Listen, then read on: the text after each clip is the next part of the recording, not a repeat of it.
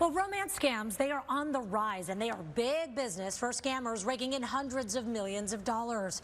And people's emails and pictures, they're being used without them even knowing. So what can you do so this doesn't happen to you? I talked with one Valley woman who had her information used to create a fake dating profile. And the FBI, I talked to them as well to figure out how scammers can be stopped.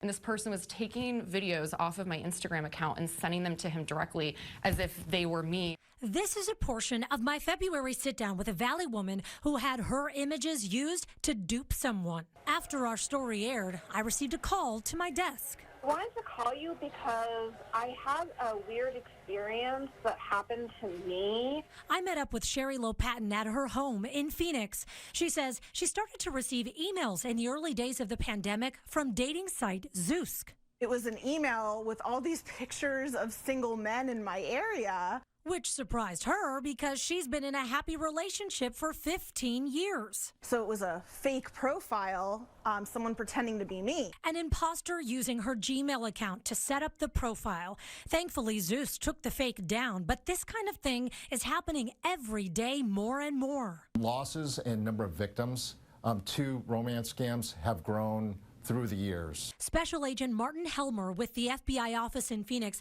sat down with me to explain how these scams really work.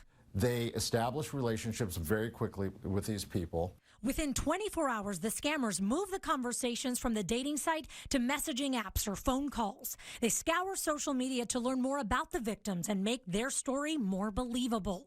And of course, they always have money, they just can't get to it. Until they pay some sort of a tax or insurance or some sort of a foreign fee that they need help paying. I combed through the FBI Internet Crime Report and found more than 24,000 victim reports of romance scams in 2021, with almost $1 billion in losses. Reports have gone up every year since 2019.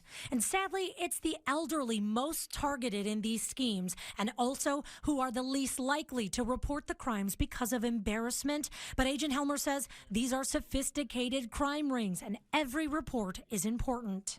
Because it helps us to connect the dots. I reached out to Zoosk, also Tinder, eHarmony, Match, and OkCupid. They either all declined an on-camera interview or didn't get back to me, but did say they have resources for users on how to spot red flags on their sites. And Sherry says everyone should stay vigilant with their information. You could be married with kids and not be on a dating app, and someone could still pretend to be you. Yeah, she believes that somebody got her email account information from one of the data breaches that have happened over the years. So Arizona, by the way, does rank 11th out of 57 places for the most victims in the U.S. and territories. So it's happening here a lot. And Agent Martin told me it's so important for people to report these crimes. That's the way they can try and bring these crime rings down and help get people back some of their money. You can report crimes at ic3.gov. And if you would like to see the full 2021 Internet Crime Report, it is posted with this story online at abc15.com.